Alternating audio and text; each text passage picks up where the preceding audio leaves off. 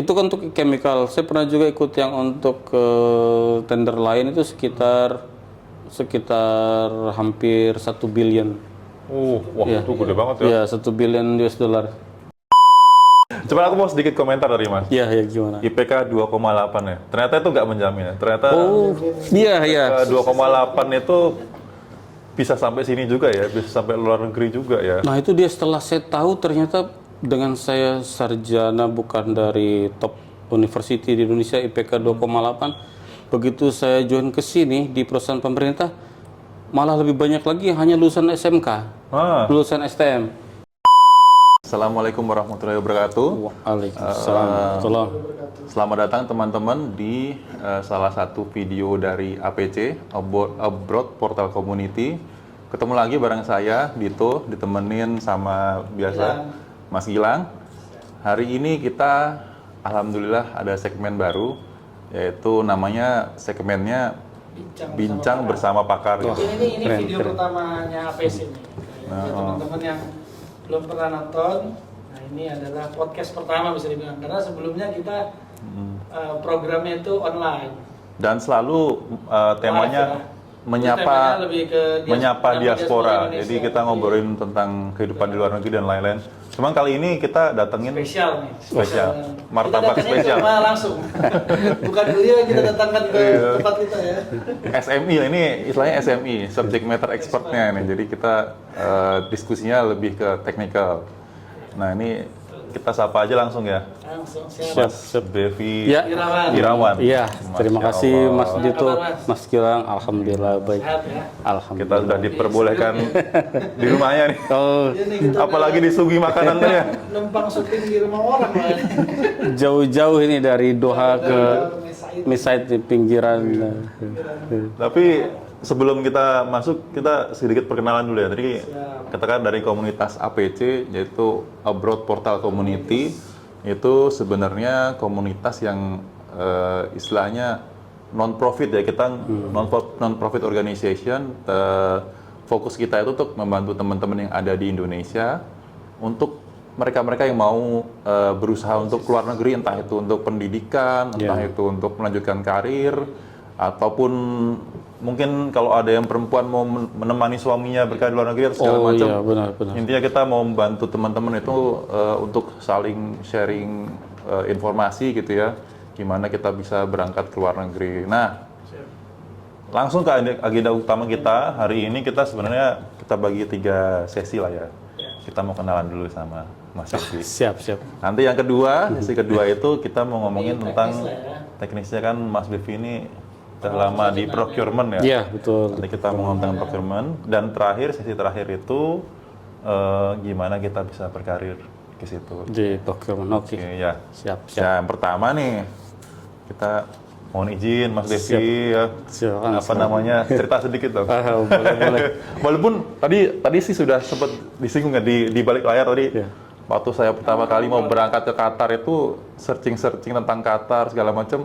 Di LinkedIn, di Google tuh selalu muncul pertama Bevi Irawan.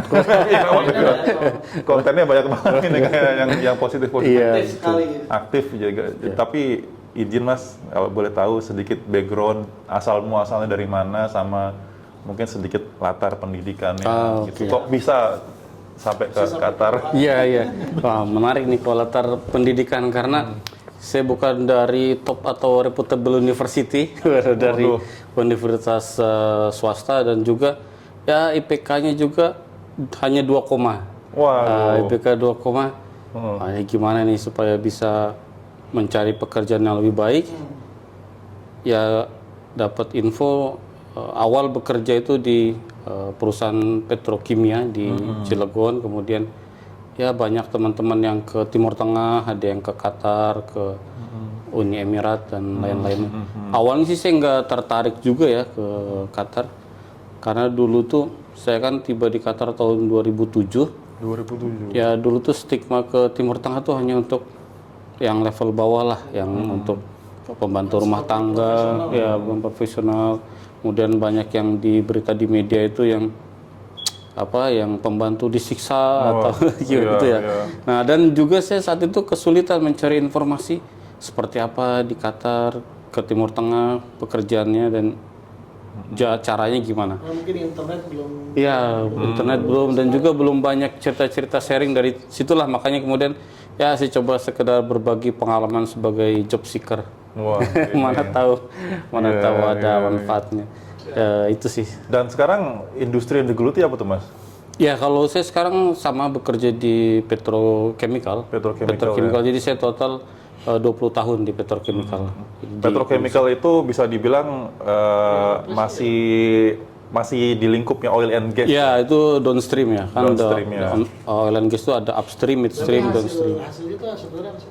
Ya dari petrochemical itu macam-macam, ada yang berupa pupuk, urea, amonia itu dari gas juga, olah dari gas, kemudian ada biji plastik, banyak turunannya ya dari petrochemical.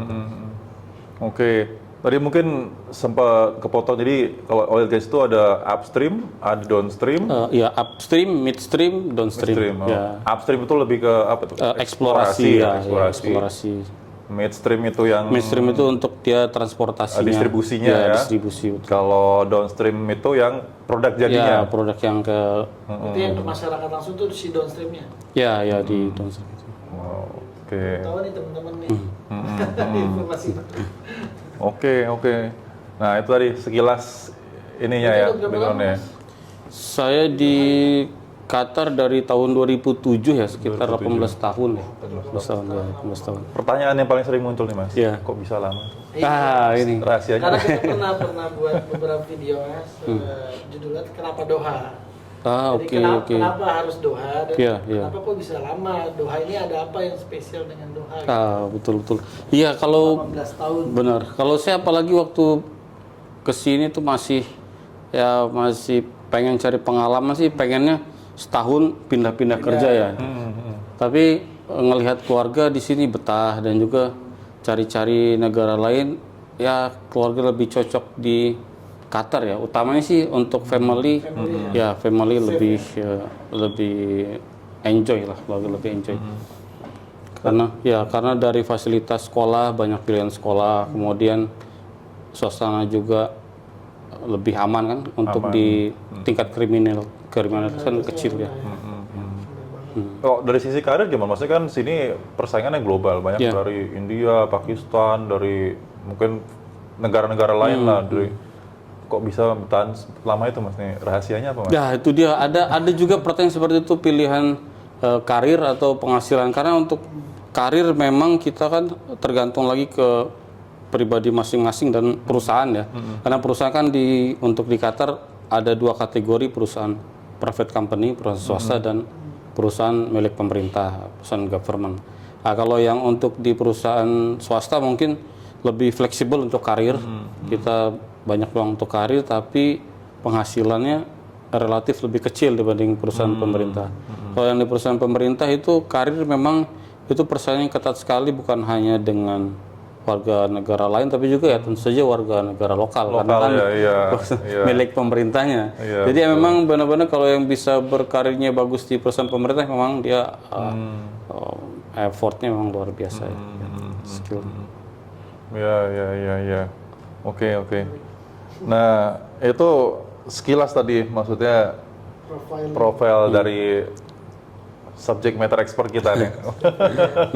Cuman aku mau sedikit komentar dari Mas. Iya, gimana? IPK 2,8 ya. Ternyata itu nggak menjamin ya. Ternyata iya. 2,8 itu bisa sampai sini juga ya, bisa sampai luar negeri juga ya. Nah itu dia, setelah saya tahu ternyata dengan saya sarjana bukan dari top university di Indonesia, IPK 2,8, begitu saya join ke sini di perusahaan pemerintah, malah lebih banyak lagi yang hanya lulusan SMK, lulusan STM. Karena yang diutamakan waktu itu pengalamannya, jadi pengalaman di petrochemical, petrokimia atau oil and gas. Jadi nggak melihat ijazah, dan sampai saat ini pun setahu saya masih di Qatar ya yang masih bisa menerima ijazah tingkat SMK, STM. Oh, karena kalau yang negara lain seperti UAE itu sudah minimal D3. Oke. Dan Mas Bevi dulu di Indonesia sempat bekerja, punya pengalaman lama, makanya bisa berangkat ke sini gitu ya, Mas? Ya, saya di Indonesia itu sebenarnya begini. Dari awal saya baru kerja belum sampai 6 tahun lah, itu sudah mulai ikut tes ke Qatar. Sebenarnya bukan dari bekerja, dari saya baru lulus kuliah, baru lulus STM itu udah coba cari kerja ke luar negeri. Saya ikut tes ke Jepang lewat BLK, cari-cari ke luar negeri, cuman belum rezeki ya. Begitu saya kuliah, kemudian kerja beberapa bulan, kok ada banyak teman yang ke luar negeri, pengen tahu juga. Ya awalnya juga bukan untuk pindah, karena kan saya baru kerja ya, pengen nambah wawasan aja seperti apa sih tesnya, bahan-bahan tesnya, ya itu sih. Dan bahkan sampai saya 18 tahun di sini pun, hampir setiap tahun saya ikut tes kerja ke luar negeri. Karena untuk apa, kita terus belajar, kita pengen tahu perkembangan market di luar, dan selain itu juga menambah networking. Saya kenal berbagai macam agent itu, kadang kita sering kali ditawarin, sedang kosong atau enggak, apakah minat untuk ini. Jadi ya saya setiap tahun saya ikut. Jadi ikut interview tapi bukannya mau pindah cari kerja yang baru, tapi sekedar ini ya, cari meningkatkan skill ya, malah sama wawasan ya. Iya betul, kita networking, dan memang kalaupun tawarannya menarik ya boleh juga dipertimbangkan. Tapi yang utamanya ya supaya kita nggak stuck lah, kalau kita hanya diam aja, begitu ada masalah atau kita mau pindah baru cari-cari lagi, itu kan ngebangun networkingnya. Kita juga nggak tahu tren di luar gimana ya. Iya, dengan itu saya bisa tahu, kan saya setiap tahun ikut tes interview ke berbagai negara di Timur Tengah, itu saya tahu ini trennya seperti ini, kemudian tes-tesnya apa gitu kan. Jadi kan kita ada bahan tes, paling enggak kalaupun nggak buat saya, mungkin nanti ada orang lain yang memerlukan, saya bisa share informasi. Karena kan info seperti itu kan spesifik kan. Itu kan hanya bisa yang berinfo, hanya yang bisa yang mengalami. Kan itu kan nggak bisa di-googling. Nggak bisa di-googling kan. Kayak info soal-soal tes, kemudian soal detail fasilitas, dan itu nggak bisa di-googling kan. Nggak banyak yang share. Luar biasa nih, luar biasa. Pengalaman 18 tahun kita belum 18 tahun. bayang. Kita baru 2 tahun nggak sebanding. Tapi mungkin pertanyaan terakhir deh. Dulu 2007 tuh Doha tuh kayak apa sih Mas? Apa udah kayak sekarang maju? Karena so far memang kita lah sebagai pendatang baru. Saya juga nggak banyak tahu tentang Doha. Oke. Justru orang tahunya malah Dubai kan, Saudi untuk umroh lah. Tapi Doha ini benar-benar saya gelap waktu itu. Nah, apalagi 2007 saat itu gimana kondisinya? Berarti sama juga ya, tahun 2007 itu Mas Gilang nggak tahu suasana Doha, dan 2007 itu saya saat ketemu orang lokal itu mereka nggak tahu suasana di Indonesia. Tahun 2007 itu saya tahu itu di Doha itu mall itu hanya ada 2, Villaggio dan City Center ya. City Center. Nah itu orang lokal tuh, anak muda itu tanya ke saya tahun 2007 tuh, di Indonesia, di Jakarta ada mall apa enggak? Padahal yang saya tahu tahun 2007 tuh di Jakarta ada sekitar 70 mall itu. Udah ramai sebenarnya. Kalau ini nggak tahu Bali ya. Mereka tahu Bali aja, nggak tahu Indonesia. Makanya ya saat itu sih 2007 di Qatar hanya ada 2 mall yang seingat saya, Villaggio dan City Center. Sekarang berkembang pesat ya, fasilitas. Kemarin Piala Dunia kan. Iya, betul. Jadi memang salah satu tujuan terbaik lah buat orang Indonesia kalau mau berkarir di luar negeri ya Doha mungkin salah satu yang terbaik ya Mas ya? Ya salah satu yang terbaik itu mungkin bukan hanya dari soal uang ya, karena kalau uang pasti ada tempat lain yang bisa memberikan hasil lebih ya. Bahkan di Indonesia pun ada yang bisa memberikan lebih, tapi untuk jaminan keamanan, kemudian fasilitas sekolah yang berkualitas, karena kan kita di sini banyak pilihan sekolah berkualitas yang ditanggung oleh perusahaan, jadi tanpa perlu kita Sedangkan di Indonesia kan sekolah berkualitas ya, sekolah internasional mahal sekali. Saya lihat itu bisa sekitar 200-300 juta per tahun. Dan nggak di cover. Nggak di cover ya? Iya. Nah, mungkin ya lokasinya dekat Saudi ya, jadi. Nah selain itu ya, yang utama, waktu saya tes itu di zaman saya itu sebagian besar kalau interview itu ditanya apa motivasinya kerja di Qatar ya, umumnya karena ingin ibadah haji lah. Pasti itu targetnya. Ya gitu, target begitu saya sampai ke sini ya langsung daftar ibadah haji. Dan itu kesampaian tahun keberapa tuh Mas Haji? Saya tahun 2007 bulan Juni itu saya tiba di Qatar, kemudian 3 bulan kemudian saya dapat konfirmasi letter lulus probation. Lulus probation. Saya jemput keluarga bulan Desember, dan ya kemudian daftar haji. Jadi tahun 2007 datang, 2008 saya berangkat haji. Haji ya? Enggak umroh ya? Kalau kita mikir umroh ini langsung haji ya? Langsung haji ya. Oh gitu, mantap Itulah mantap. salah satu berkahnya ya, kita tinggal di Qatar ya. Iya. Kemudahan untuk ibadah haji atau umrah. Oke. Iya. Nah, oke, kayaknya cukup introduction ya. Pertama ya, Sure. nanti kita, Kita- lanjut ke sesi kedua lebih teknis nih teman-teman. Lanjut sesi kedua. Nih sesi kedua, insya Allah kita mau bahas tentang procurement karena saya pribadi pun sebenarnya karena saya jadi engineering, jadi belum terlalu tahu nih tentang procurement. Iya. Mungkin juga ada teman-teman di luar sana yang mungkin pingin berkarir di dunia procurement, mengikuti jejaknya Mas Bevi, Iya, iya. gitu ya. Kalau boleh tahu Mas, procurement tuh ngapain sih sebenarnya gitu? Ya kalau procurement atau purchasing itu kan simpelnya bagian pembelian, bagian pengadaan ya. Pengadaan, Iya. pengadaan bahasa ini ya. Pengadaan barang ataupun jasa ya. Pengadaan barang ataupun jasa. Karena tadi Mas Dito bilang bagian engineering, oh sama. Karena saya awalnya di bagian engineering. Oh gitu. Saya pengalaman di Indonesia di engineering, kemudian waktu join di perusahaan Qatar pun di engineering, tapi hanya kerja setahun, kemudian dipindah ke bagian procurement. Karena kebutuhan dari perusahaan, mereka perlu seorang buyer yang punya technical background. Oke. Ya. Karena kan banyak seorang buyer tuh dia nggak ngerti barang apa yang dibeli. Betul, Iya. betul. Dan itu banyak terjadi salah beli barang kan. Nggak sesuai Nggak sesuai dengan spesifikasi yang diminta. Jadi ya saya dan itu ya menurut saya ya peluang nih, kesempatan untuk belajar. Jadi ini nggak sengaja itu sebenarnya. Iya, karena kebutuhan ya, kebutuhan perusahaan. Oke. Berarti pada saat join di Qatar udah langsung procurement atau Enggak, sih di bagian maintenance ya. maintenance dulu? Iya. Tahun berapa berarti start procurement? Tahun 2009.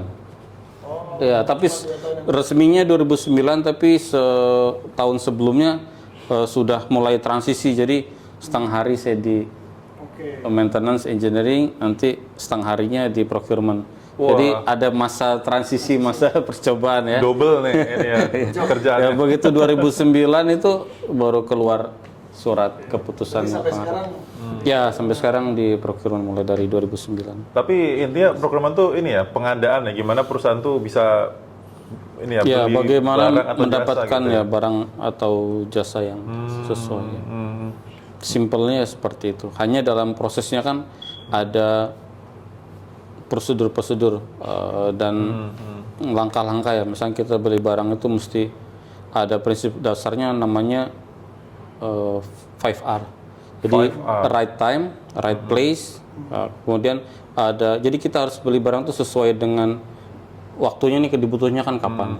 Kemudian di delivery-nya kemana. Oke. Dan harganya. Harganya. Ya, harganya apakah sesuai. Jadi ada prinsip-prinsip di dasar di procurement. Kan berbeda kalau kita hanya dari pribadi ya beli barang beli aja. Tapi kalau procurement kan mesti jelas kan ke supplier itu kita minta diantarnya lokasinya kemana dan kapan harus diantarkan. Jadi ya. Kalau di oil and gas atau petrochemical barangnya itu apa sih? Kalau Awalnya, nah itu saya kan di procurement itu di pindah-pindah ya beberapa bagian. Awalnya saya tuh belajar di chemical, jadi buyer untuk chemical. Jadi membeli dalam proses petrochemical itu kan kita perlu bahan-bahan kimia lain ya untuk ininya untuk prosesnya hingga produk itu. Kan produknya berupa biji plastik dan raw material itu dari kita bilangnya dari etan.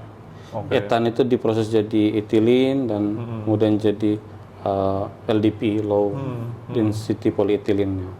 Dalam prosesnya itulah perlu bahan-bahan kimia lain. bahan kimia. Kalau jasa ada juga yang dibeli. Nah, sekarang saya dari Hedel Chemical kemudian ke supply dan sekarang saya di bagian MRO.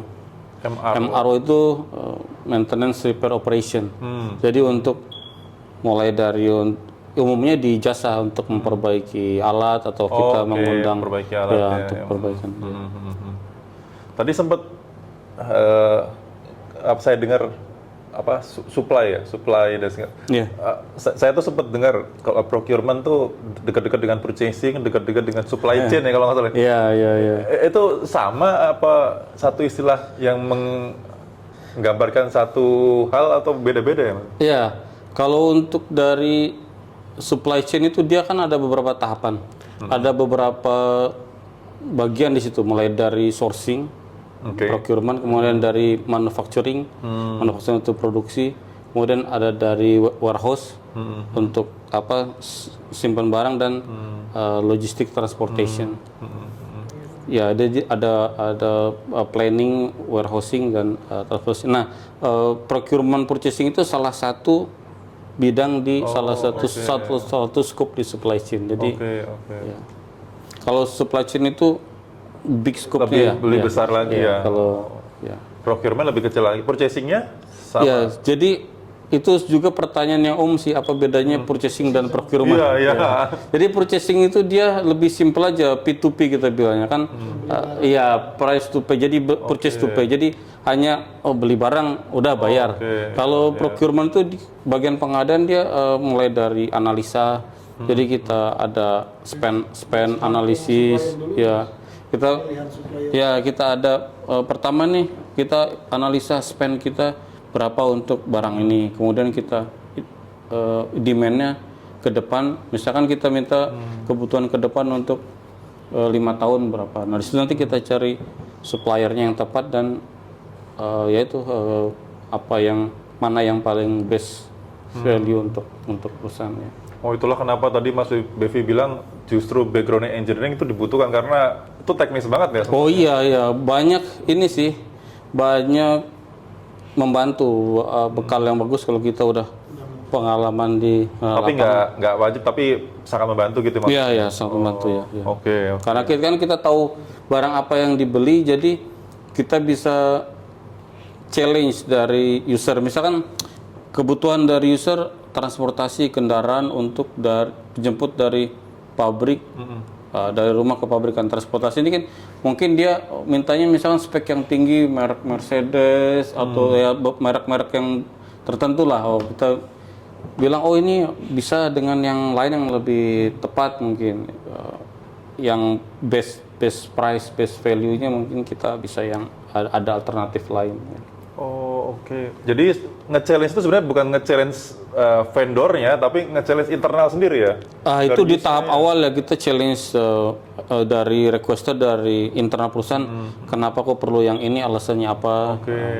Jadi kita bisa, Jadi ya makanya procurement itu disebutkan bisa menghemat keuangan perusahaan lebih dari 30%, karena dari tahapan awal tuh dia sudah mereview, memfilter, kemudian mulai dari permintaan dari user, dari tahapan tender, sampai juga nanti ke evaluasi proposal dari supplier. Saya pikir selama ini kalau ada usernya bilang, saya mau ini, procurement langsung beli, ternyata... Iya, itu sih tergantung ya, karena kan kita bilangnya procurement maturity. Bagaimana procurement di sebuah perusahaan itu, apakah hanya sekedar sebagai fungsi administrasi, mengikuti arahan user, udah kamu beli, ikut aja, udah nggak usah banyak tanya. Ada yang di procurement itu sudah sebagai kita bilangnya untuk ya mereview juga, nggak hanya sekedar mengikuti permintaan dari user. Jadi ke rekomendasi. Ya kita mungkin dari user dia kasih rekomendasi list suppliernya, nah nanti dari procurement ada juga. Wah, betul. Kita kadang seringkali kita tanya juga ke user sih. Misalnya user butuh apa, kita tanya ada rekomendasi supplier apa enggak ya.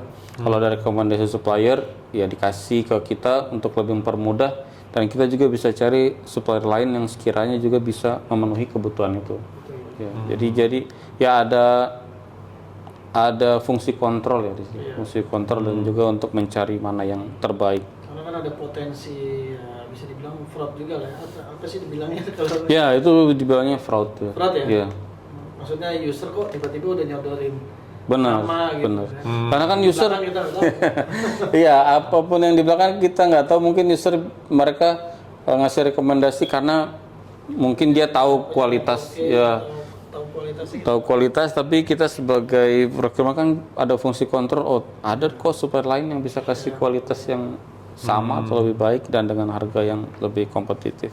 Ini saya kalau mau nyambungin, berarti kalau mohon maaf ya, ini nggak tahu nanti bisa dipotong. Kalau di Indonesia tuh kadang-kadang ada orang misalnya bawa perusahaan ini, sebenarnya dia ada relasi dengan perusahaan itu, terus dia menang tendernya, terus ternyata orang itu dapat keuntungan di balik itu karena dia mungkin salah satu pemilik perusahaan yang menang tender itu. Berarti di situ kontrolnya si procurement tuh nggak ada ya, bisa dibilang ya. Itu tergantung dari tahapan ini ya. Tahapan kan kita pertama dari pemilihan vendor. Kemudian setelah pemilihan vendor proposal. Jadi proposal yang diajukan vendor itu ada tahapan namanya evaluasi teknis. Evaluasi teknis itu kan kita kirim ke user buat mereka mereview. Nah, kadang kalau usernya sudah prefer ke satu supplier, yang lainnya sama dia kan di reject misalnya. Iya, betul. Nah, itu kita challenge ini. Kenapa kok alasannya kenapa kok reject yang lain? Jadi harus ada justifikasi yang kuat. Kalau memang alasannya bisa diterima lah. Nah, oke. Kalau alasannya nggak diterima kita challenge, nggak bisa, ini nggak bisa di reject orang. Bisa sembarang reject ya. Iya, betul. Dari situ baru kita evaluasi harga. Ya. Kebayang nih saya nih, baru saya ngeh nih selama ini. Jadi paling banyak dapat dari user divisi apa, Mas? Biasanya. Kalau saya sih semua divisi, tapi karena saya di MRO ya, maintenance repair operation ya, kebanyakan di bagian dari divisi maintenance perawatan. Karena kan misalkan mereka perlu perbaikan mesin, perlu ya utamanya dari bagian maintenance. Terus selama ini kalau nyari supplier tuh dari mana, Mas? Emang ada kenalannya atau pasti kan database supplier tuh nggak fix dong, kita harus ada yang mungkin perusahaannya udah nggak ada, kita harus cari baru, apa gimana, itu harus aktif juga nggak tuh? Jadi masing-masing perusahaan itu ada yang berbeda-beda ya. Kalau untuk yang masih belum mature procurement divisinya, itu bayarkan sibuk cari sendiri. Kalau seperti di saya itu ada bagian namanya vendor management. Jadi vendor management ini dia aktif komunikasi dengan ini, dia bukan buyer, dia nggak bukan sebagai seorang buyer atau purchaser, dia hanya khusus menangani vendor, mencari info vendor-vendor yang potensial, kemudian sama dia di kategori berdasarkan produk atau jasanya. Jadi kalau di saya itu ada lebih dari 2.000 vendor. 2.000? Ya, lebih dari 2.000 vendor dengan berbagai kategori barang dan jasa yang sudah difilter. Jadi sebelum vendor itu masuk dalam list itu kan ada namanya preliminary questionnaire. Jadi vendor itu mengisi misalkan mereka udah berapa lama, kemudian apakah mereka ada company profile ya, dokumennya standar ISO dan lain-lainnya. Nah, kalau dari saya sebagai buyer tinggal cari aja di database ya udah ada sesuai dengan kategorinya. Oh, ada vendor management. Saya tuh sedikit curhat. Iya. Dulu waktu pernah di perusahaan sebelumnya itu, saya sebagai user gitu ya, ngajuin ke pengadaan, saya mau pengadaan barang ini. Oleh tim pengadaannya, procurementnya, wah kita nggak punya supplier buat ini. Kamu cari sendiri ya. Nah gitu. Cari sendiri ya.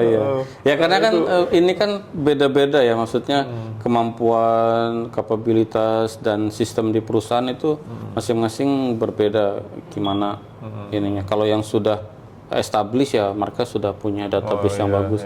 Karena dan yang tadi saya sebutkan juga untuk tahapan evaluasi itu, yang saya tahu juga banyak perusahaan-perusahaan di Indonesia ya mereka nggak lagi terima offer itu oleh procurement, nggak dikirim ke user untuk dievaluasi. Misalkan perlu barang apa? Dari user misalkan perlu mobil misalkan ya, perlu mobil. Ya udah supaya dari buyer cari mobil aja, cari mobil yang paling murah. Udah kasih nih mobil udah beliin. Kan harusnya kan kita kirim dulu ini ada penawaran mobil merek ABC, dikirim ke user biar dievaluasi ini cocoknya yang mana kan, mestinya kan begitu. Speknya speknya yang mana yang sesuai dengan kebutuhan. Cuma kan banyak yang di organisasi nggak seperti itu, asal dari user perlu sesuatu, dari bayarnya hanya cari yang paling murah aja, yang penting paling murah udah itu udah dibelikan. Nggak ngasih spek juga kali. Dia cuma bilang saya butuh kendaraan. Itu dia, makanya apapun yang dibeli. Iya, itu makanya kembali ke kematangan masing-masing organisasi dan prosedur di perusahaan itu. Dari usernya juga sebenarnya harus detail, dia maunya apa gitu. Iya, bahkan di tempat saya pun sekarang yang bisa dibilang yang sudah matang itu seperti itu. Dari user cuman hanya sering, oh saya perlu ini. Ya itu kita cek sini, ini apa yang ada perlu ini nggak jelas, ini harus ada detailnya, spesifikasinya, perlunya kapan. Banyak sih kejadian kayak gitu. Iya, betul. Justru usernya sendiri dia bingung mau apa sebenarnya. Iya, benar. Maunya seperti apa ya? Iya, banyak terjadi user nggak tahu dia pokoknya pengen ini tapi speknya detail seperti apa nggak tahu. Itu jadi yang panjang prosesnya kan karena mencari yang tepat. Makanya di situ ada tahapan technical klarifikasi ya. Nah kalau dari sisi apa ya namanya KPI ya, procurement tuh dinilai berdasarkan apanya? Jumlah tendernya atau besaran tendernya? Atau... Oh iya. Delivery per Nah, proses. Ya KPI itu masing-masing perusahaan berbeda-beda sih, tapi ya umumnya ada yang memilih KPI dari seorang buyer tuh saving berapa besar saving yang bisa dilakukan sama dia.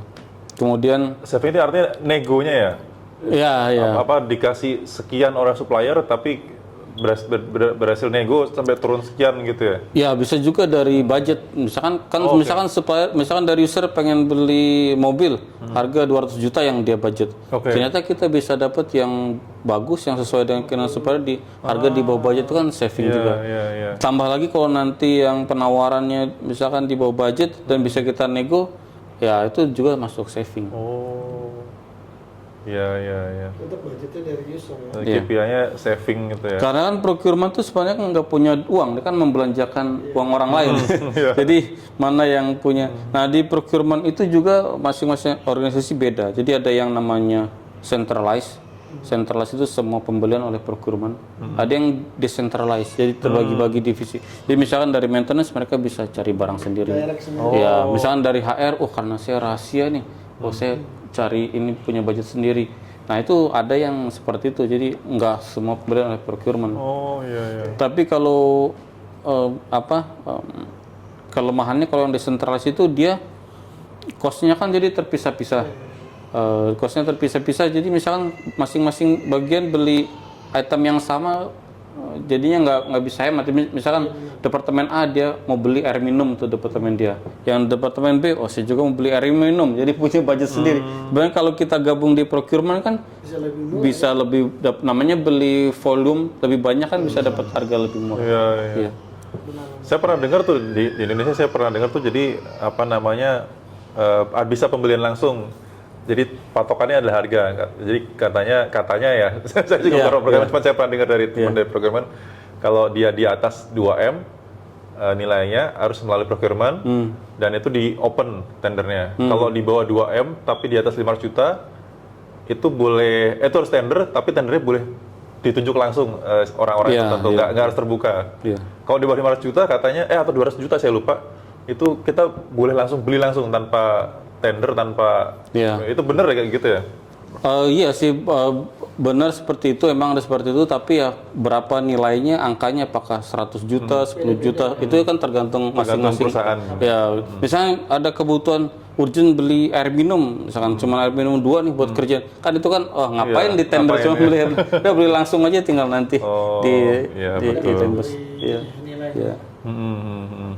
Memang ada tiga kategori lah secara garis besar. Penunjukan langsung hanya ke satu supplier. Ada yang limited, jadi limited itu hanya hanya supplier tertentu yang bisa memenuhi barang atau jasa itu, dan ada yang open tender tuh kita melalui media kan kita umumkan siapa aja silahkan kalau yang bisa mengikut ya. Kalau yang menentukan waktu delivery segala macam itu atau apa ya, waktu delivery ya, itu juga dari procurement? Ya itu kan dari user. Misalkan user kan saya pengen barang A dan di delivery-nya minggu depan atau bulan depan misalkan. Ya itu kan dari user. Nah ya di situ sih kadang challenge-nya dari procurement untuk memenuhi kebutuhan user itu. Karena kan kebutuhan dari user kan beda-beda. Nggak kadang mereka juga baru inget nih saya pengen beliin, udah pengen hari ini atau ini, pengen iya. besok. Tapi ya kadang itu kita challenge juga kan. Walaupun urgent juga ya hari ini nggak masuk akal mana bisa ya. Iya, Nggak tetap ada semua proses. itu akan diterima oleh procurement ya, bisa di-challenge balik ya. Iya, itu harus challenge karena kan itu dia makanya perlu juga planning yang tepat dari user. Disitulah bedanya procurement dengan purchasing. Kalau purchasing begitu disuruh beli udah beli. Kalau procurement di situ kita challenge ini nggak bisa, harus ada planning. Makanya kita ada namanya demand planning. Jadi misalnya perlu air minum, kita tanya ke user, kamu perlu air minum ini selama 5 tahun ke depan, perkiraan berapa banyak? Forecast-nya. Ya harus ada forecast. Nah dari situ nanti kita bisa cari supplier, kita bisa implement misalkan kontrak. Jadi kalau ada perlu apa-apa, udah ada supplier tuh, tinggal minta aja ke sana, udah ada kontraknya. Ya itu. Kalau purchasing kan dia hanya kapan disuruh ya udah dia beli aja. Saya lupa tadi ngomong-ngomong KPI tadi. Saya pernah dengar tuh katanya KPI itu ada satu lagi untuk procurement itu, yaitu payment-nya ya. Katanya itu termasuk KPI. Jadi apa sih katanya kalau makin lama makin bagus apa gimana? Itu tergantung organisasi ya. Ada yang sebenarnya kan pembayaran itu payment itu bukan oleh procurement. Pembayaran itu kan oleh finance. Ya. Jadi kan ada namanya invoice matching process, itu ada namanya two way, three way, four way. Two way itu kayak kita ada PO, ada invoice, oh udah cocok bayar. Ada yang three way, ada PO, ada invoice, barang datang diterima bayar. Ada yang four way, jadi PO dari buyer, invoice dari supplier harus matching, barang diterima warehouse dan diinspek sama user, barangnya oke, baru itu diproses. Nah ini kan di tahapan ini procurement hanya terlibat di PO kan, invoice, warehouse dan user itu yang harus accept. Di terakhir itu di user accept baru finance release paymentnya. Nah masalahnya apakah KPI itu untuk delay payment itu apakah untuk procurement itu tergantung organisasi kan, karena procurement kan menjalankan juga perintah dari manajemen kan yang tahu uang kas.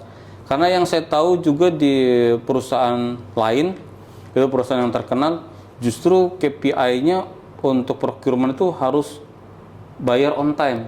Jadi mereka malah mendenda supplier kalau kamu nggak cepat kirim invoice kamu bakal dipotong sekian persen. Jadi kamu harus segera harus minta ditagih. Iya, suppliernya harus dikejar-kejar karena KPSS harus on time payment kalau kamu Di tahun misalnya tahun 2024 harus habis dan karena kan itu kan budget itu kan nyangkut kan di user di finance. Jadi ini udah dibudgetkan kok nggak dibayar-bayar. Kadang kan kalau udah ganti tahun kan harus pembukuannya nggak bagus ya malah. Iya.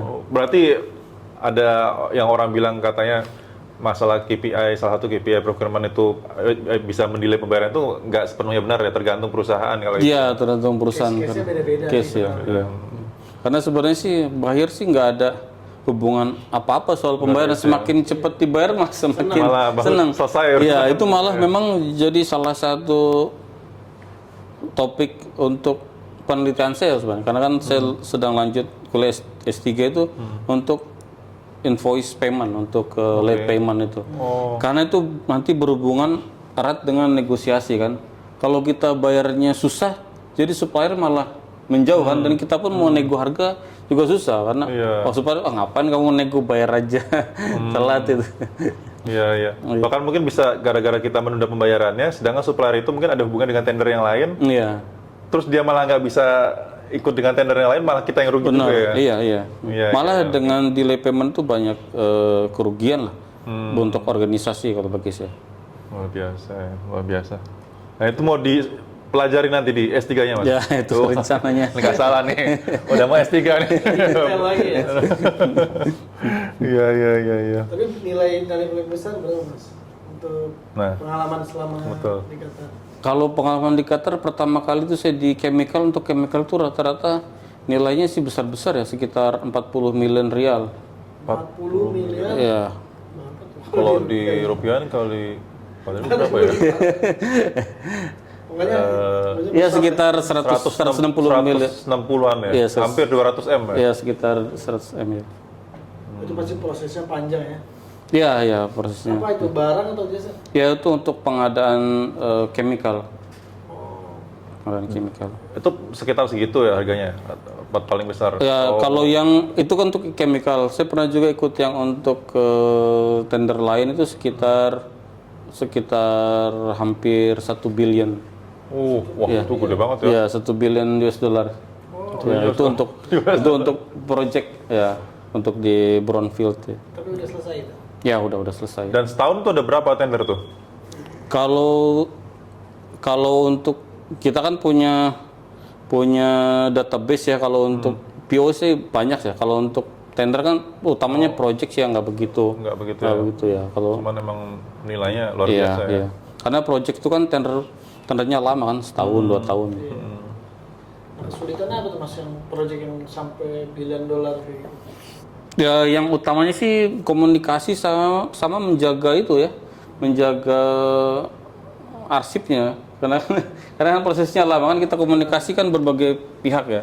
Dan juga untuk komunikasi itu kan kita harus, salah satu prosedurnya kan memberikan informasi yang sama ke seluruh Iya betul. bidder. Jadi ya itu banyak ini ya untuk dokumennya. Tantangannya lumayan itu, nilainya besar soalnya. Iya. Ikut banyak nggak di sana? Ya itu dia salah satunya yang saya bilang untuk menjaga arsipnya itu kan banyak filenya kan.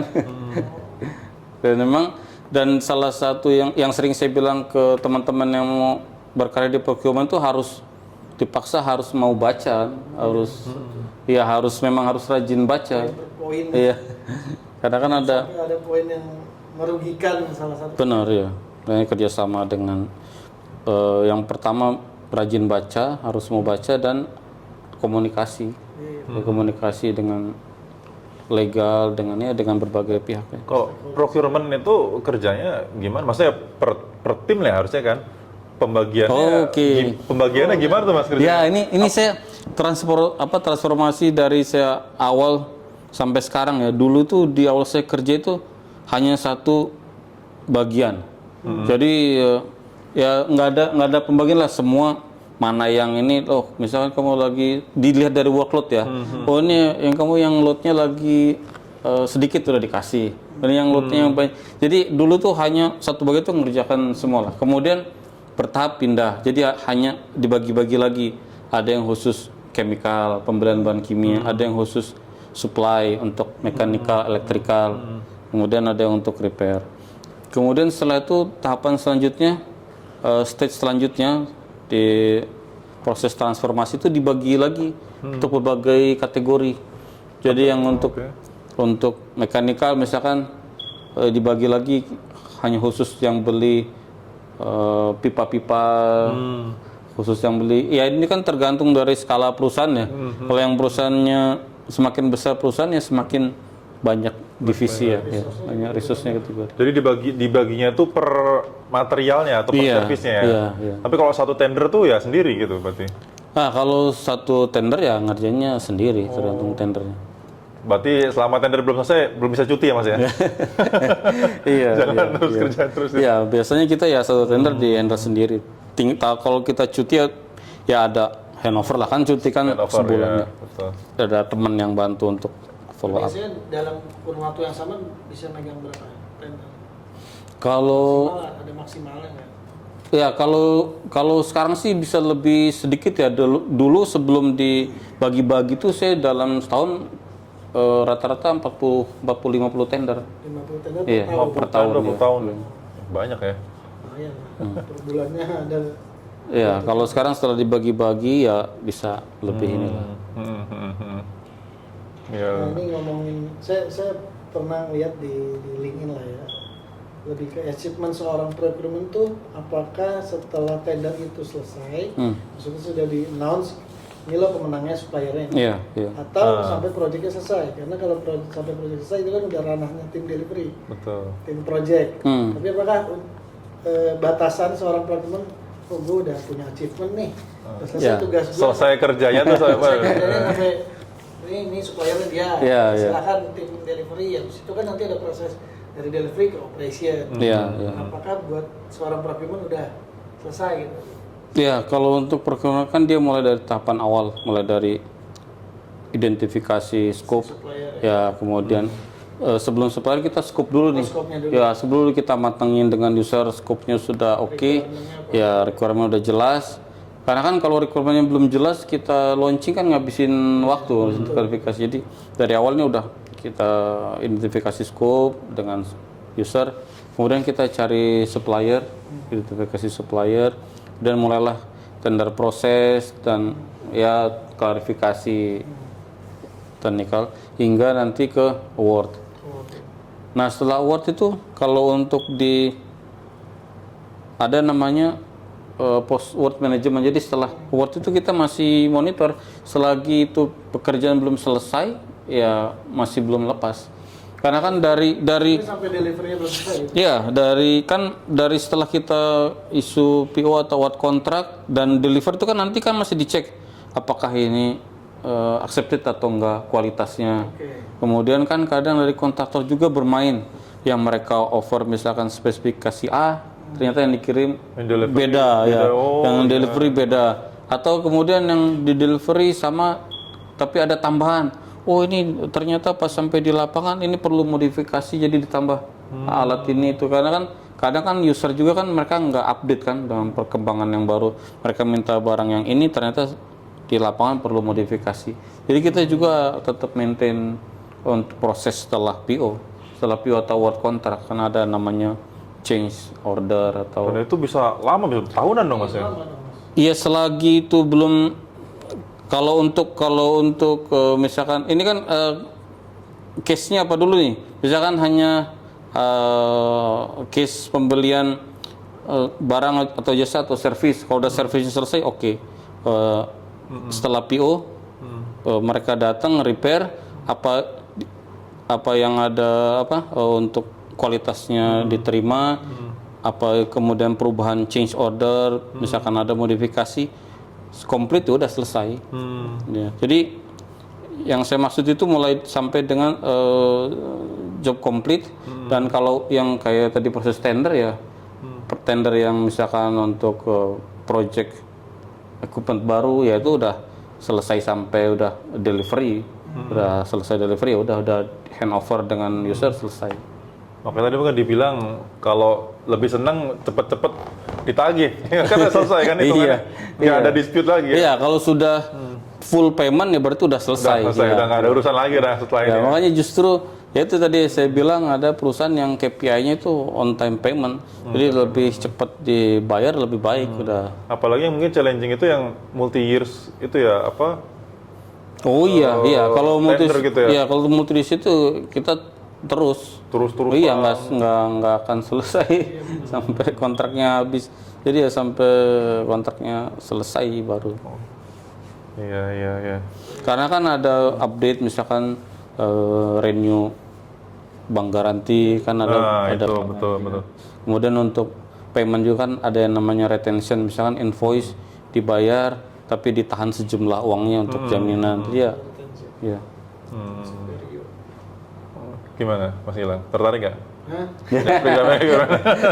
Kalau di project kan sudah paham sih. Makanya saya bilang kalau yang di engineering atau project pindah ke procurement tuh kayaknya udah bekal yang. Karena kita secara ini melakukan itu juga. Iya. Spesifik. Iya. Makanya saya bilang itu Procurement project itu ya stakeholdernya deket banget, sering banget. Apalagi misalkan barangnya apa nggak sesuai, pasti kan saya sebagai PM balik lagi ke procurement. Iya.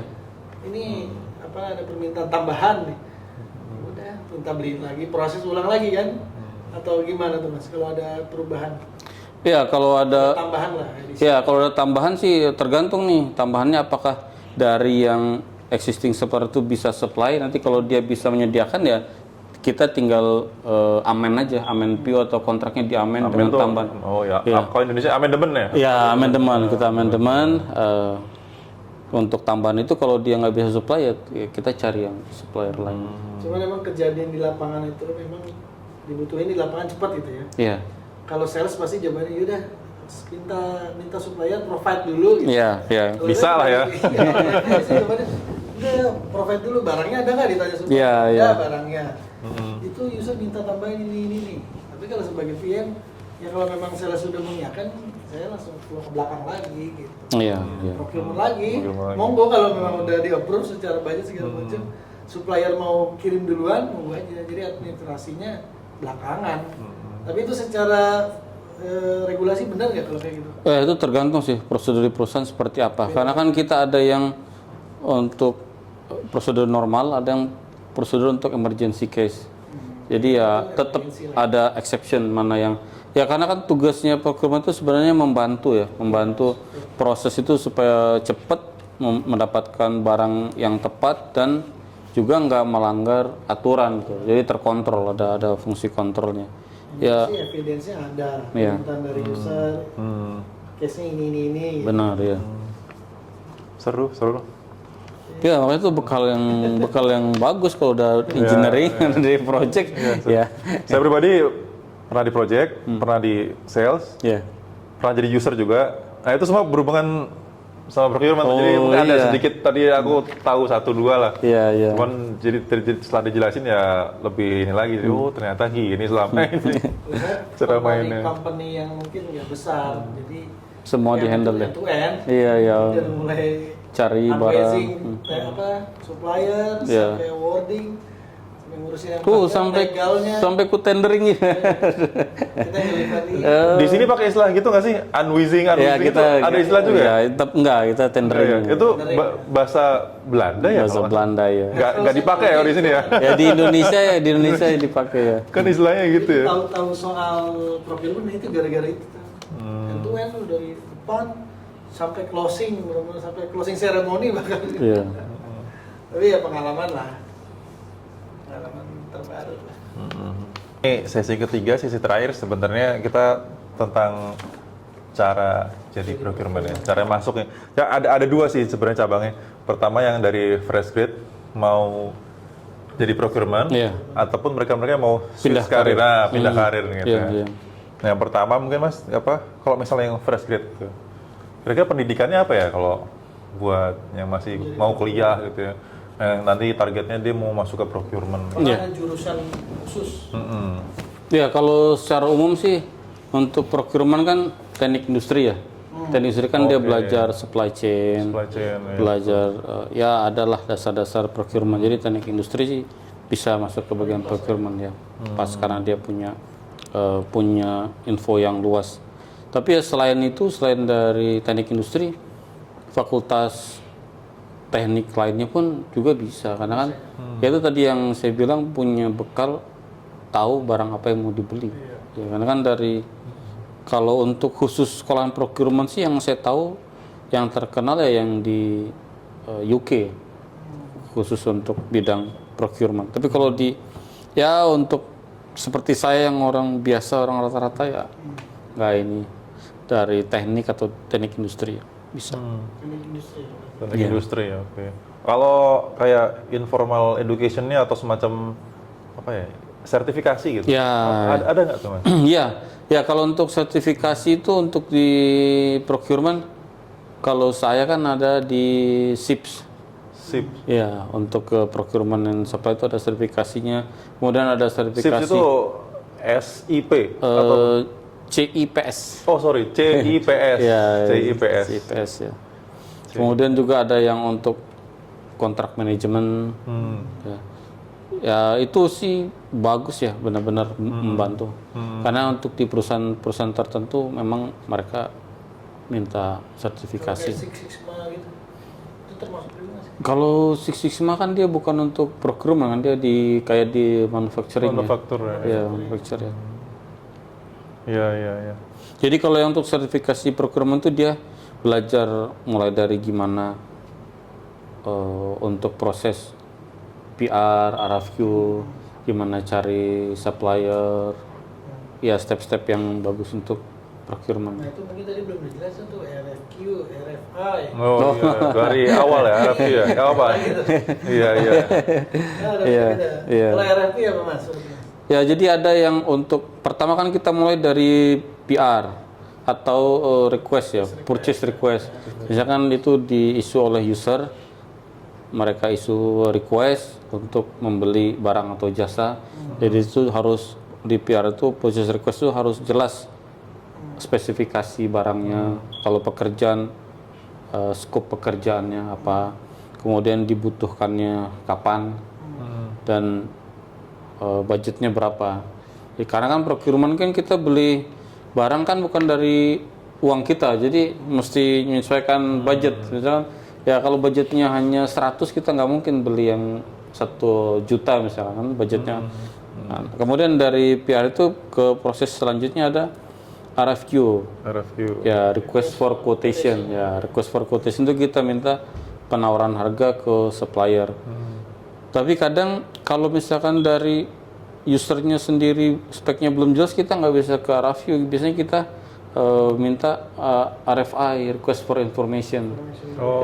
Request for information itu, kalau request for information itu masih di awang-awang lah gitu, masih belum jelas, jadi kita masih belum tahu speknya. Iya, minta masukan dari vendor. Kemudian ada RFP, request for proposal, yang ya kalau udah RFQ kita udah fix ini, udah quotation yang kita minta udah fix. Nah dari RFQ itu ada tahapan ke evaluasi. Kalau udah terima dari penawaran dari supplier, dari quotation itu kan, quotation tuh kita mesti jelas nih barangnya apa, kemudian di deliver kemana ya, dan juga harus ada ini ya di situ ada terms conditionnya lah, misalkan warranty lain-lainnya. Nah dari RFQ itu kita terima offer, kita ke tahapan selanjutnya evaluasi teknis. Idealnya evaluasi teknis itu kan kita kasih ke user nih, proposal udah diterima, tolong user evaluasi nih. Dari standarnya kan minimal 3 supplier ya. Kita ada penawar harga sebagai pembanding, jadi mana yang pas. Ada evaluasi teknis ini, kalau sudah dipilih supplier mana yang sesuai, selanjutnya kita ke evaluasi harga. Evaluasi harga ini bukan hanya harga barang, kita semua harga mulai dari oke, barangnya murah, misalnya kita tinggal di Jakarta ini barangnya murah, tapi lokasi barangnya di Papua misalkan, di Kalimantan, ongkosnya mahal kan, jadi totalnya iya. Jadi evaluasi harga bukan cuman harga barang aja, tapi semua cost, mulai dari transportasi sampai barang itu diterima. Ya setelah itu baru kita isu PO, purchase order. Seru. Iya. Nah, kalau dari sisi tools, Mas, itu SAP ya pakainya? Iya, untuk tools itu kan ERP itu untuk memudahkan proses ya, karena di umumnya perusahaan besar tuh apakah dia pakai SAP atau Oracle atau juga ada yang lain ya. Kalau saya 3 yang pernah saya alami dari Empower, Oracle, dan SAP.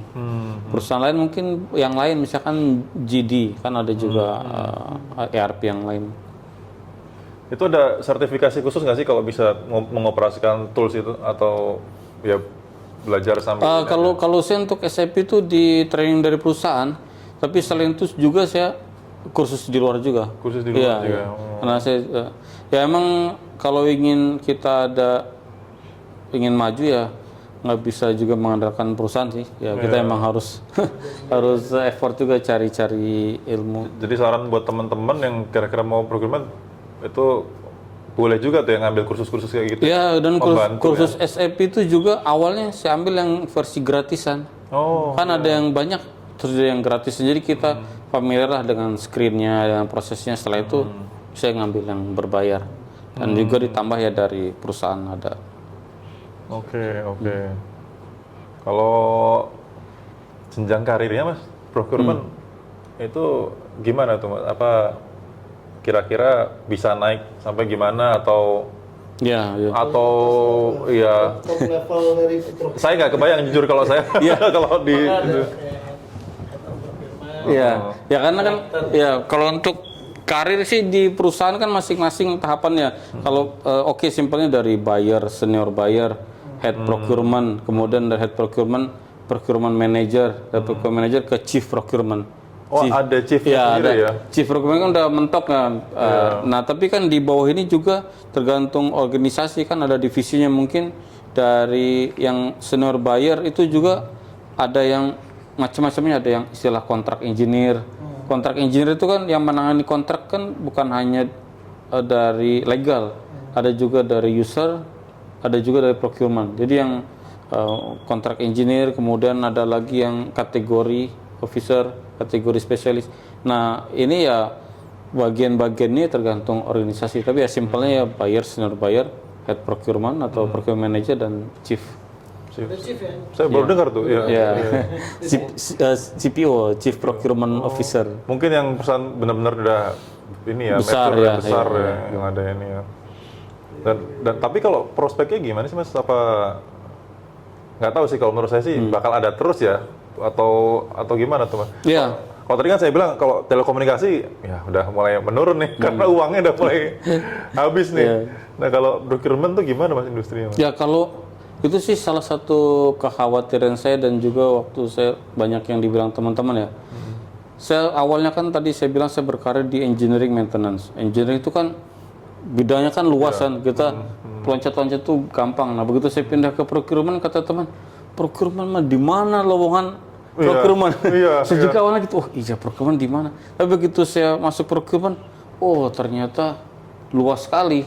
Ya, lowongan procurement itu begitu kita itu banyak peluangnya. Jadi ya selagi ada perusahaan dan perlu beli barang atau jasa, ya di situ pasti ada bagian procurement. Apakah itu mau di bidang oil gas, di bidang manufacturing, bidang apapun, karena perusahaan itu perlu ngontrol spend, perlu ada pengawasan. Jadi nggak semua orang bebas beli sendiri, harus ada departemen yang mengontrol pembelian. Jadi ya setelah saya setelah saya pindah karir ke procurement dan menekuni bidang dia, ya ternyata memang luas dan banyak peluangnya sih. Berarti ada kemungkinan bisa pindah industri juga kan? Iya betul. Kan karena nggak harus spesifik, misalkan Nggak harus oil and gas, nggak harus telco, karena kan prinsipnya itu sebenarnya sama. Iya. Tapi kenapa banyak user atau recruiter pengen yang industri sejenis? Karena mereka pengennya langsung diterima, udah langsung kerja gitu kan, langsung gas. Kalau kita punya pengalaman industri yang sama kan mudah kan, nggak perlu. Tapi ya untuk di industri lain nggak masalah sih, karena prinsipnya sama. Banyak yang pindah-pindah industri. Iya. Berarti ya kedepannya nggak menutup kemungkinan Mas Bevi bisa pindah ke industri yang lain. Ya kalau sebenarnya kalau tawaran pindah industri yang lain sering kali sih. Hanya kan, iya. Itu di Indonesia atau di negara lain malah? Ya ke negara lain dan Indonesia. Cuman tadi yang bilang sertifikasi tadi kan kebetulan waktu itu saya ada sertifikasi, tapi karena sekarang expired ya, saya fokus ke kuliah jadi saya nggak renew sertifikasi itu. Saya ada sertifikasi itu, saya pagi kirim lamaran, siangnya langsung di-reply dan dijadwalkan interview. Karena mereka prefer yang punya sertifikasi, makanya tadi jarang mungkin ya yang punya sertifikasi itu ya. Iya, karena mahal memang sertifikasi itu. Mahal. Oke. Dan juga bukan hanya soal sertifikasinya, dan karena pengalaman saya di MRO itu cocok dengan lowongan itu, dan juga SAP, dan mereka lagi di perusahaan tersebut lagi mau bikin sistem yang sama dengan di perusahaan saya. Baru mulai implement SAP dan pembagian kategori untuk procurement. Tadi yang saya bilang kan awalnya procurement dari satu departemen handle semua, jadi nggak ada spesifikasi, kemudian bertahap dibagi beberapa bagian, sampai berkembang lagi dibagi. Kalau di saya sekarang ada 10 kategori, 10 divisi. Jadi ada sekitar 35 buyer yang menangani bidang yang berbeda. Dari sendiri jadi banyak ya? Iya, jadi dari satu handle semua, jadi kemudian dibagi jadi 10 kategori. Nah ini mungkin buat teman-teman yang mau berkarir di procurement, biasanya kalau interview, khususnya untuk abroad ya, biasanya apa aja sih yang ditanyain? Nah, kalau pengalaman saya itu untuk di Timur Tengah dan UK, kalau untuk pertanyaan procurement ya, yang awal sih kita pertama mesti, kalau untuk luar negeri mesti paham tadi ERP, apakah itu Oracle atau SAP ya. Minimal salah satunya. Iya, minimal salah satunya kita harus ngerti toolsnya. Kemudian juga yang pasti Incoterms. Incoterms itu kita juga mesti ngerti. Apakah itu delivery-nya Xworks, DDP atau itu kan mesti paham. Ya simpelnya sih itu aja sih, karena selainnya ya kalau untuk yang level-level intermediate atau yang entry ya cukup itu sih. Kalau yang untuk selanjutnya sebenarnya kan ada tahapan lagi yang strategic sourcing atau procurement analyst. Kalau yang analis atau sourcing kan dia lebih ke strategi. Kalau yang untuk entry level atau intermediate kan eksekusi lah, gimana cara eksekusi. Kalau saya minta saran sama Mas Bevi, misal saya bilang saya tertarik nih sama procurement, pengen pindah gitu Iya, iya. ke procurement. Saya belajarnya kira-kira mulai dari mana nih Mas saya sekarang? Kan Oke, kalau tadi kan yang fresh grade, oke lah dia belajar ERP, dia ambil teknik industri, ambil CIPS tadi Iya, kalau nggak salah. CIPS, Cuman ya. itu agak mahal ya kalau. Iya, nggak salah. iya. Jadi mungkin itu nggak rekomendasi. Kalau untuk saya nih Mas yang udah nanggung sekian tahun terus tiba-tiba mau switch, tapi mungkin masih industri sama telco, Iya, tapi iya. mau ke procurement. Saya kira-kira belajar kayak RFQ atau proses-proses segala macam itu ada resource-nya nggak Mas? Iya. Nah, gini kalau kita mau pindah karir itu kan paling nggak kita ada bekal lah ke karir yang baru. Jadi misalkan kita seorang teknisi mau langsung pindah ngelamar jadi dokter kan nggak mungkin. Nggak mungkin, Iya. nggak mungkin. Jadi tapi kalau dari engineering atau project mau pindah ke procurement itu chance-nya kan besar karena kan sudah tahu kan proses Sudah tahu. dan kita user. Tinggal nanti yang dipelajari adalah gimana step di procurement itu. Step di procurement itu ya kalau saran saya ada banyak pilihan kursus-kursus gratis. Oh, kursus gratis Misal online. ya dari kita bisa cari info seperti di Udemy, Udemy. Coursera kan, EDX. Nah itu kita bisa belajar dari situ, ambil sertifikasi gratisnya. Kalau sudah ada bekal ya bisa juga ngambil sertifikasi yang recognized internasional seperti SIPS atau contract management. Oh, mulainya dari situ dulu ya. Iya. Ya, oke. Dan juga ya itu sih baik juga kalau untuk SAP karena kan SAP juga banyak kok yang gratis. Ya, terus familiar. Tapi kalau sudah ada bekal di engineering atau project seharusnya sih mudah. Tinggal yang terakhirnya ya kesempatan. Kesempatannya ya. Itu kesempatan sulit, itu karena lebih Lebih explore. iya kesempatan itu yang harus kita gali sendiri. Oke, maksudnya gali sendiri itu ya paling dominan ya rezeki dari yang di atas kita cari-cari tapi ya itu Susah ya. iya. Skillnya udah ada, udah lengkap semuanya, udah siap, tapi belum tentu ada ini ya. Tapi paling nggak sudah ada bekalnya lah jadi begitu ada peluang. Kalau lowongan kerja kan engineering banyak Mas, karena emang turnover rate-nya juga tinggi kan Mas. Iya, iya. Ini anjir, pindah lagi. Benar. Makanya waktu teknisi itu kan banyak teman yang bilang, waduh ngapain ke procurement, kita gampang kok pindah-pindah kerja, di engineering itu mudah cari kerja. Oh ya, memang banyak kebutuhan dan yang saya tahu sekarang ya procurement juga banyak kebutuhan. Ya. Tapi kalau procurement kayaknya turnover rate-nya rendah ya, karena betah semua. Iya, karena ya biasa kita kerja di engineering, di project, di lapangan, terus kita kerja di kantoran, duduk aja. Maksudnya dari segi resiko. Kemudian dari segi beban kita bisa kerja di lapangan, terus kerja di kantornya rasanya enteng lah, cuma gini aja gitu kan, lebih ringan. Ngapain lah kalau nggak kalau nggak bener-bener tawaran menarik, ngapain lah ada. Oh iya betul. Benar sih kalau yang biasa kerja di bidang di teknis di project engineering begitu di procurement ya, rasanya lebih mudah. Tapi kadang ini juga nggak sih suka onsite juga ke lapangan ngecek barang kualitasnya gitu. Iya, kadang-kadang. Tapi yang utamanya ya kalau site visit ya ke misalnya tender kan kita ngecek supplier kan, visit ke supplier, fasilitas workshopnya, fasilitas akomodasi misalkan untuk for supply dan semua. Oke, ini kita kan dari community nih Mas APC. Iya. Kalau kira-kira procurement tuh punya nggak sih kayak komunitasnya sendiri? Kalau kayak PM, setahu saya ada project manager komunitas. Iya. Nah kalau procurement itu baik di Indonesia atau di sini ya, di Qatar kan? Oh iya ada. Saya ikut. Profesi gitu. Ya, saya ikut beberapa komunitas procurement di Indonesia. Ya, ada. Habis itu aku jadi bisa tanya-tanya lebih detail lagi ya. Iya, benar. Udah nyambung lah satu profesi. Oke, nah kalau lowongannya sendiri kira-kira buat teman-teman yang mau ini biasanya di mana atau caranya gimana? Oh, oke. Tulis aja key-nya procurement Iya. atau gimana Mas? Nah, kalau untuk saya tuh saya cari lowongan itu ada saya coba berbagai cara. Misalkan dari LinkedIn kan ada LinkedIn Jobs. Kita filter jobs procurement dan pilih negara. Kemudian dari job portal untuk Timur Tengah, misalkan Naukri Gulf, itu job portal atau di Indonesia seperti Job Street lah.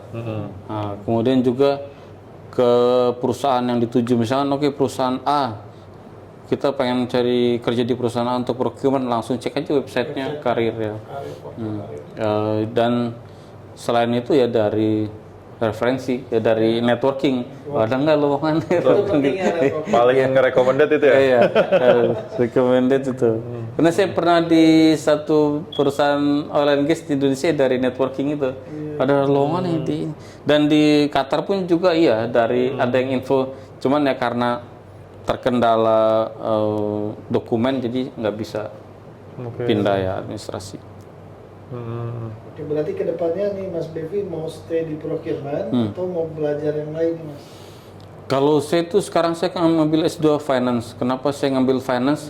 Karena saya penasaran. Setelah saya belasan tahun di procurement dan ikut tes kemana-mana ke berbagai negara dan ngeliat di berbagai organisasi, paling mantap itu Chief Procurement, dan procurement itu posisinya selalu di bawah Finance. Nah, iya. Jadi procurement itu selalu di bawah finance. Nah itu bikin saya penasaran. Makanya saya belajar ngambil finance. Nah itu saya pengen belajar finance dan untuk di investment ya, bisnis analis, bisnis strategi.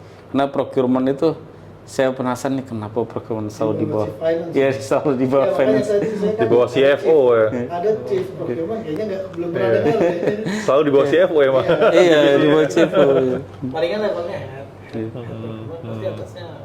Karena kan urusan sama duit nih yang punya duit. Iya. Gitu. Mas Gilang ada pertanyaan lagi nggak sebelum pertanyaan pamungkas nih? Cukup sih deh. Pertanyaan pamungkas, kira-kira kalau Mas boleh bocorin rate procurement di Indonesia, di Qatar atau negara lain, kan udah lama tahu lah kira-kira rata-ratanya berapa nih. Jadi teman-teman itu ada motivasi lebih nih. Oh, procurement tuh segini dapatnya, jadi ya. Itu sih yang tadi yang saya bilang itu, kalau kita nggak melakukan kita nggak tahu. Makanya saya bilang saya setiap tahun ikut tes itu supaya saya jalani dan beneran saya tahu ini. Jadi seperti misalkan saya teknisi di Indonesia itu saya dapat offer mulai dari 5 juta sampai 30 jutaan untuk level teknisi berbagai industri. Procurement pun di Indonesia begitu untuk level senior buyer. Itu mulai dari 5 jutaan sampai 30 jutaan ya untuk di Indonesia. Kalau yang di Timur Tengah itu sih kita bisa cek di payscale.com atau Glassdoor, itu range-nya sih procurement kisaran dari 8.000 rel itu berapa? 30 jutaan sampai 60 jutaan. Oke. Itu Menggiurkan lah. Menggiurkan ya. sih. Menjadi Iya, prospeknya juga nggak akan pernah mati ya. Pasti ada terus. Selagi pasti ada sih di setiap company ya. Karena perlu bagian pembelian yang mengontrol ya. Dan yang paling penting itu, Mas Bevi udah 15 tahun lebih ya? Iya, 18 tahun. 18 tahun di Qatar, 18 tahun. Kebanyakan engineering di bawah itu ya. Tapi ini justru paling bertahan paling lama procurement di sini ya. So far oke lah ya. Iya, jadi menjanjikan nih. Oke. Cukup Mas Bevi, thank you Ya, banget. terima kasih banyak, Mas Mas. Gilang. Jadi narasumber Terima kasih yang Mas saya Tito. APC bincang bersama pakar. Silakan Mas Tito Iya. closing. Kita closing, kebetulan udah azan maghrib ya, kita sudahi dulu. Terima kasih banyak Mas Bevi. Mungkin buat teman-teman yang mau info-info lebih lanjut tentang APC, Abroad Portal Community, bisa follow Instagramnya atau di LinkedIn ya. Nanti mungkin bisa DM di situ, kirim pesan. Nanti kalau mau dimasukkan ke grup WhatsApp-nya, di mana kita ada banyak info-info ya, sebagian tentang mungkin lowongan kerja, tentang info-info lainnya lah tentang dunia kerja di luar negeri, kita bisa masukkan ke situ. Oke, sekian aja. Terima kasih banyak. Terima kasih. Assalamualaikum warahmatullahi wabarakatuh. Terima kasih.